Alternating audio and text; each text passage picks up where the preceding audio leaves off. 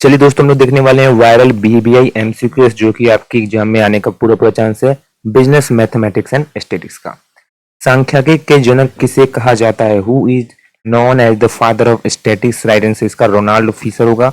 अगर ऑप्शन नहीं होगा आपके एग्जाम में, ऐसा वाला ऑप्शन अगर होगा गॉटफ्राइड एचेनवाल, तो यही आप लगा के आइएगा।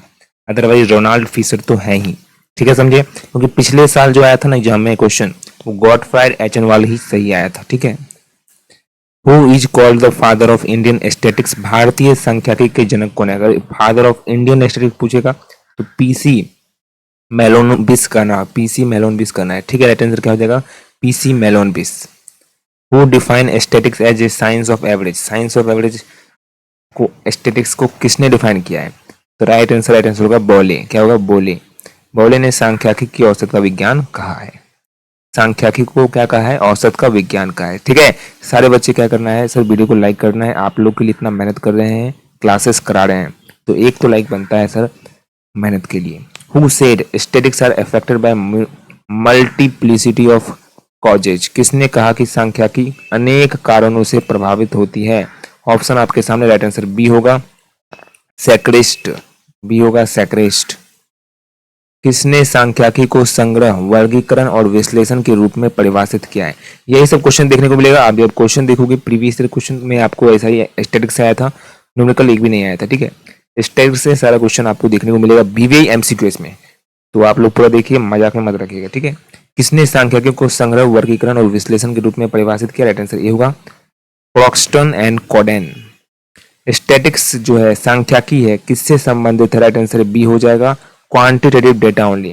जो सांख्यिकी है वो क्वांटिटेटिव डेटा ओनली करता है, मतलब संख्या वाला बात करता है। ठीक है, निम्न में से कौन सा सांख्यिकी का कार्य नहीं है? तो ऑप्शन आपके सामने है, कार्य नहीं है तो प्रिडिक्शन करना, गैसिंग करना, ये गैसिंग करना काम नहीं है। ठीक है, अगला है the word statics is derive from, Greek word नहीं है, लैटिन वर्ड है, याद रखिएगा साथियों, लैटिन वर्ड है स्टेटस। किसने कहा सांख्यिकी गणना का विज्ञान है? सांख्यिकी गणना का विज्ञान है, बॉडिंगटन ने कहा। बॉडिंगटन ने कहा, याद रखिएगा, सांख्यिकी गणना का विज्ञान है। किसने कहा? बॉडिंगटन ने कहा। सहसंबंध की अवधारणा के जनक कौन है?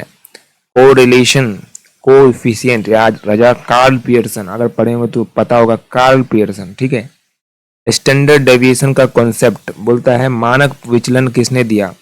फिशर ने दिया, कार्ल पियर्सन ने दिया, तो स्टैंडर्ड डेविएशन कार्ल पियर्सन ने दिया। सांख्यिकी किसमें सहायक है?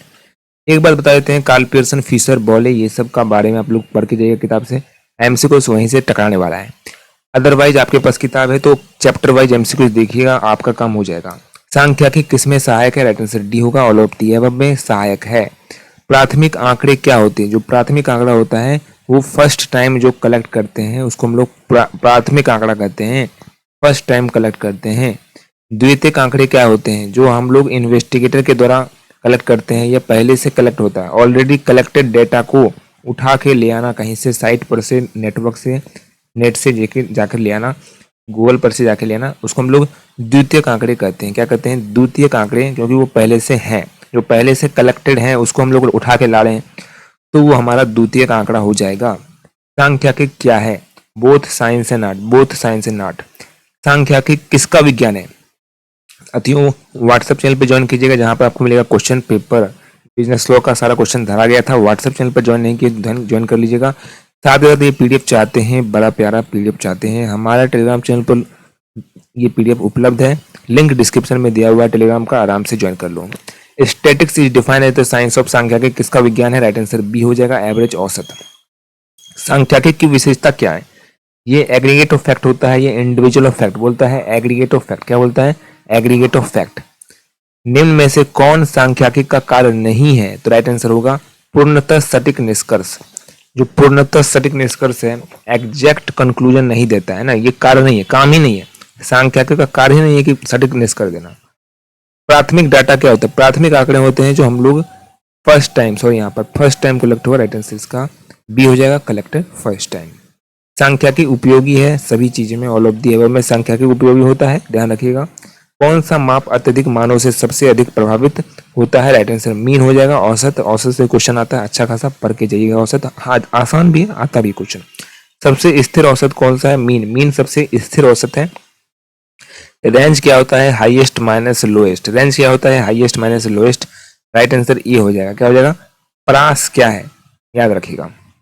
स्टैंडर्ड डेविएशन मीजर, मानक विचलन क्या मापता है? राइट आंसर होगा डिस्पर्जन मापता है डिस्पर्सन।